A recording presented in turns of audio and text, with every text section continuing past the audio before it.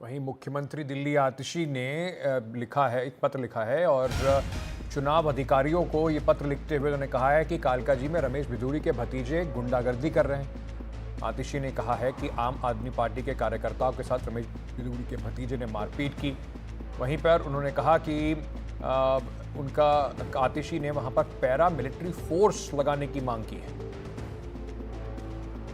हमारे सहयोगी अश्विन इस वक्त हमारे साथ जुड़ रहे हैं। अश्विन, कहीं ना कहीं एक बात कम से कम इस चुनाव में ये जो आरोप आतिशी ने लगाया है गंभीर आरोप है, लेकिन ये बात समझ में आ रही है कि रमेश भिदूड़ी को आतिशी के खिलाफ, परवेश वर्मा को अरविंद केजरीवाल के खिलाफ कहीं ना कहीं दिग्गज नेताओं को उनकी ही कॉन्स्टिट्यूएंसी में बांधे रखने का पूरा प्लान बनाया है बीजेपी ने।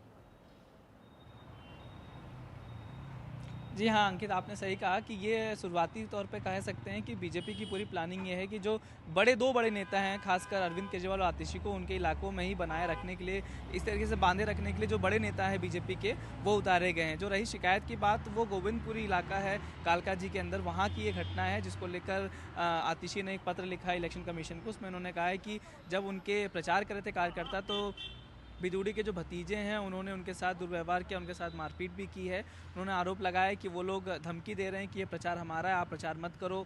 और उनको उन्होंने मांग की कि पैरामिलिट्री कहीं ना कहीं उनको मुहैया कराया जाए, पुलिस फोर्स दी जाए।